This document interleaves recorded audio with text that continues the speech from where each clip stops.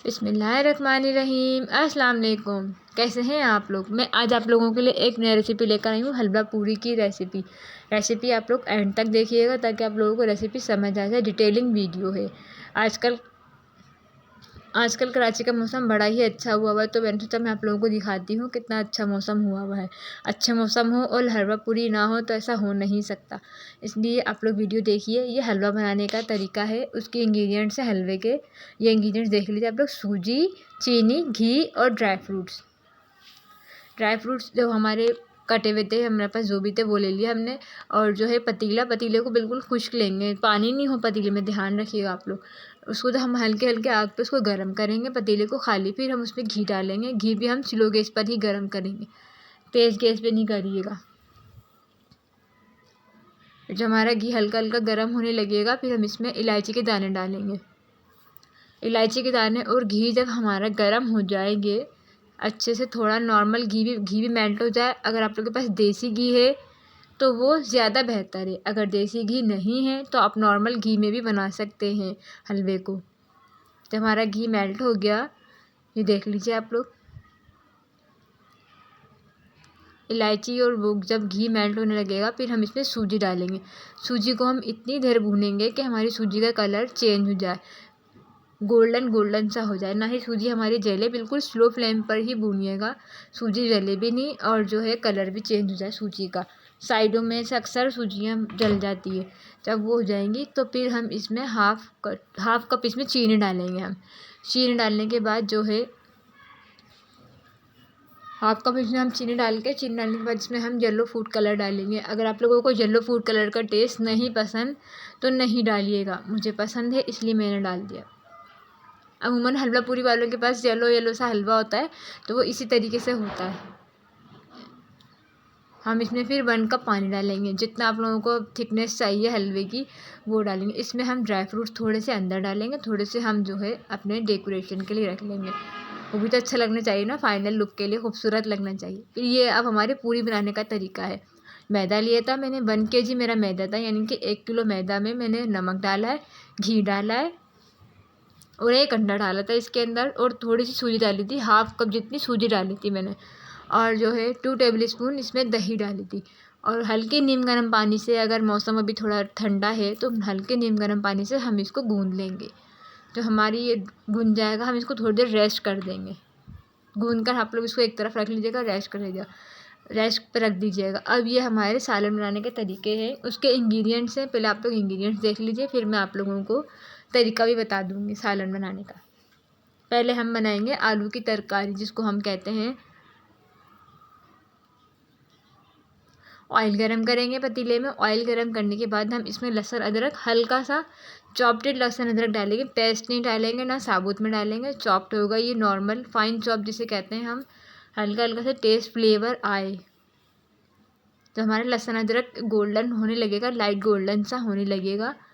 ये देखें आप लोग, लाइट गोल्डन सा होने लगेगा तो हम इसमें हाफ टेबल स्पून कलौंजी डालेंगे।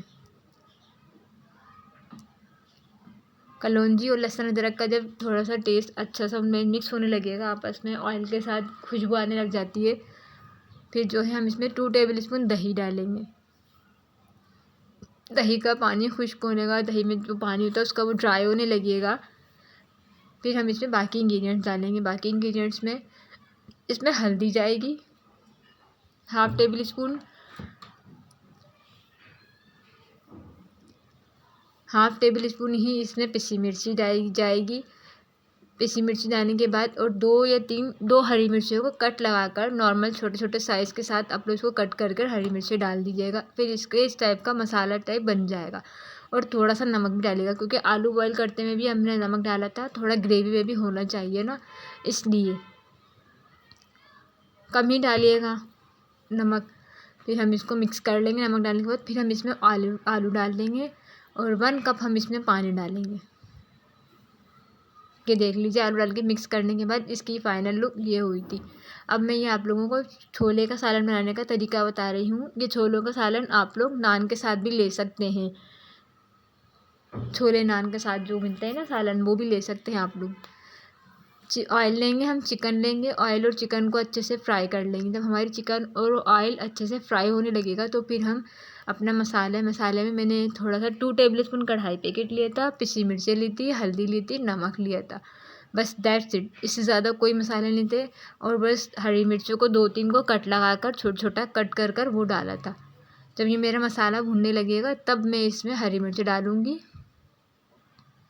ये देख लीजिए हरी मिर्चें और छोले। फिर डालने के बाद हम इसको मिक्स करेंगे